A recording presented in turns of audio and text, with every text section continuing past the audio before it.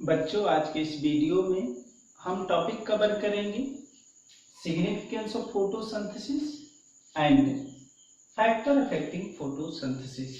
ये दो topic cover करेंगे। तो सबसे पहले जो टॉपिक है वो है सिग्निफिकेंस ऑफ फोटोसिंथेसिस। यहाँ पर थोड़ा सा इधर आप देखिए, इसमें होता क्या है कि फोटोसिंथेसिस प्रोसेस में सनलाइट का यूज करके जो ग्रीन प्लांट होते हैं वो रॉ मटेरियल यूज करते हैं।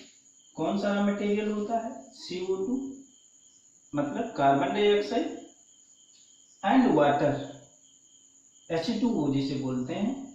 इन दो रॉ मटेरियल को यूज करके वो लीफ में जो क्लोरोप्लास्ट होता है उसके अंदर ये दो प्रोडक्ट फॉर्म करते हैं। एक तो होता है फूड और दूसरा जो बाई प्रोडक्ट है वो होता है ऑक्सीजन। ये दो बनते हैं। तो यहाँ पर जो सिग्निफिकेंस का मतलब कि जो प्लांट है हमारे लिए, प्लांट में जो प्रोसेस है फोटोसिंथेसिस वो हमारे लिए किस तरह से यूजफुल है, तो इसे हम 3 पॉइंट में जानेंगे। एक तो क्या करता है, ये जितने भी लिविंग ऑर्गेनिज्म हैं उनको फूड प्रोवाइड करता है, और इसके अलावा ये दूसरा जो है ये एटमॉस्फेयर में O2 को रिलीज करता है। एटमॉस्फेयर में क्या करता है? O2 को रिलीज करता है और साथ साथ एटमॉस्फेयर का जो CO2 है उसको कंज्यूम करता है। इस तरह से ये प्यूरिफाई करता है एटमॉस्फेयर को।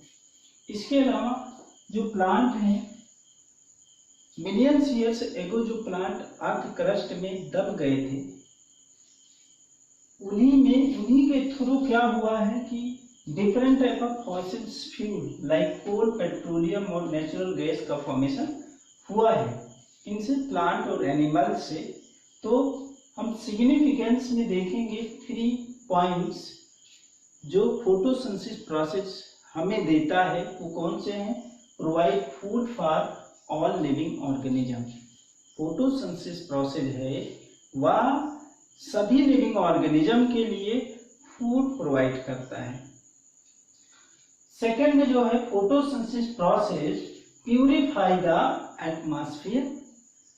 थर्ड जो है वो है provide fuel like coal, petroleum and natural gas to अस।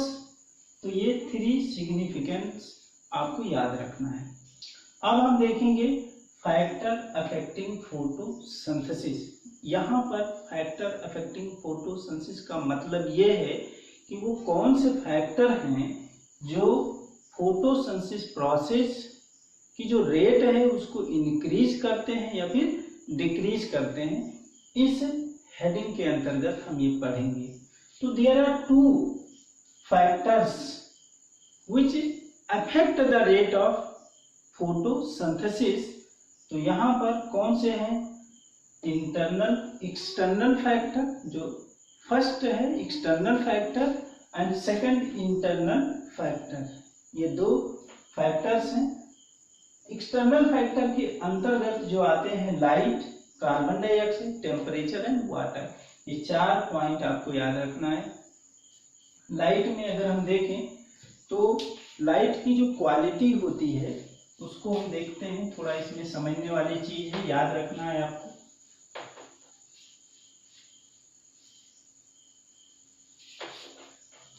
यहाँ पर जो लाइट है, लाइट की जो क्वालिटी, लाइट क्वालिटी, इसके अलावा लाइट इंटेंसिटी उसकी जो होती है, intensity and exposure, exposure of light. ये क्या है? इसके अंतर्गत इन तीनों चीजों को जानना है।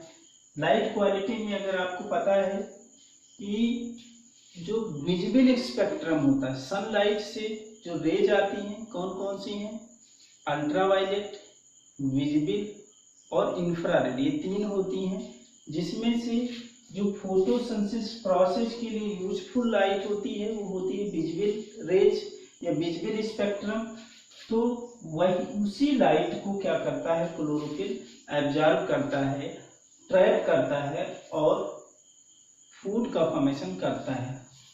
तो यहाँ पर इसमें आपको याद रखना है कि जो रेड लाइट होती है, रेड, इसमें मैक्सिमम फोटोसिंथेसिस होता है, मैक्सिमम। फिर उससे जो कम होगा वो होता है किसमें, ब्लू में। और जो सबसे कम यानी जो मिनिमम फोटोसिंथेसिस प्रोसेस होती है वो होता है ग्रीन लाइट में।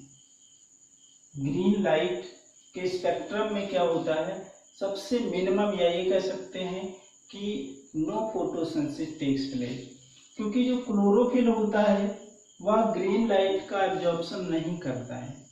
एक चीज आपको यहाँ पर और याद रखना है कि जो प्लांट होते हैं वो ग्रीन दिखाई देते हैं, उनका लुक ग्रीन होता है। उसका रीजन क्या है, जो लीफ जो होती है वो एब्जॉर्ब नहीं करती, क्लोरोफिल इस ग्रीन लाइट को एब्जॉर्ब नहीं करती है, और इसीलिए क्या होता है प्लांट जो है ग्रीन दिखते हैं। तो यहाँ पर इसमें आपको याद रखना है कि सबसे मैक्सिमम जो होता है किसमें, रेड में, उससे कम ब्लू में, और सबसे कम किस में होता है, ग्रीन लाइट के स्पेक्ट्रम में फोटोसिंथेसिस प्रोसेस सबसे कम होती है। तो ये याद रखना है। अगर यहाँ पर हम देखें इंटेंसिटी, यानी कि जो लाइट की इंटेंसिटी है कि वो बहुत ज़्यादा तेजी से लाइट आ रही है या कम आ रही है, जैसे जैसे क्या होगा इंटेंसिटी इंक्रीज होगा, रेट ऑफ फोटोसिंथेसिस इंक्रीज होगा। लेकिन एक ऐसा लिमिट आएगा, अगर बढ़ता ही जाए तो जो लीफ में क्लोरोफिल होते हैं उनकी डेथ हो जाती है, या ये कह लीजिए वो डिस्ट्रॉय हो जाते हैं। और डिस्ट्रॉय होने का जो प्रोसेस है उसको सोलराइजेशन बोलते हैं, सोलराइजेशन। लाइट इंटेंसिटी के इंक्रीज होने से क्या होती है, जो डिस्ट्रॉइंग ऑफ द क्लोरोफिल होता है उस प्रोसेस को क्या बोलते हैं, सोलराइजेशन। तो उससे जब क्लोरोफिल ही डिस्ट्रॉय हो जाएगा तो फोटोसिंथेसिस प्रोसेस क्या हो जाएगी, डिक्रीज हो जाएगी। इसके अलावा एक्सपोजर ऑफ द लाइट, अगर देखा जाए लाइट का एक्सपोजर जितना ज्यादा रहेगा, यानी कि ज्यादा ड्यूरेशन तक रहेगा तो ज्यादा फोटोसिंथेसिस होगा, अगर कम है तो कम फोटोसिंथेसिस होगा, ये याद रखना है।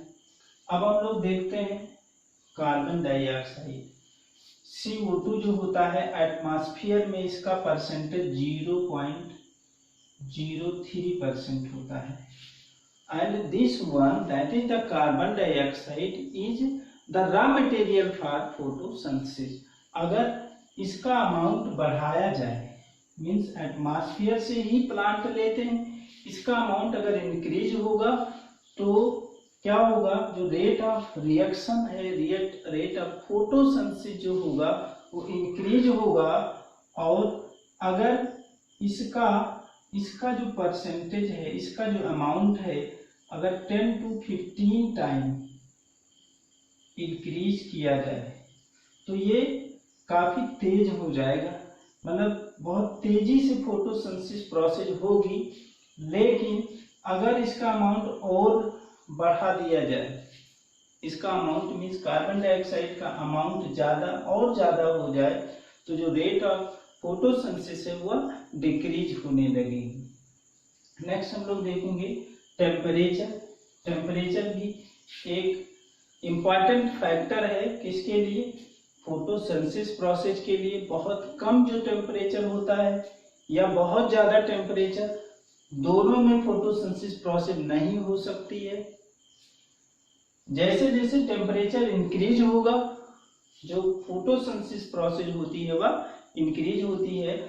और जो सबसे सुटेबल टेम्परेचर होता है जिसमें मैक्सिमम प्लांट क्या करते हैं, एक सुटेबल रेट में फोटोसिंथेसिस प्रोसेस करते हैं, वो होता है 10 डिग्री सेंटीग्रेड से 30 डिग्री सेंटीग्रेड तक। इसमें जो रेट ऑफ फोटोसिंथेसिस जो फोटोसिंथेसिस है वो चलती रहती है।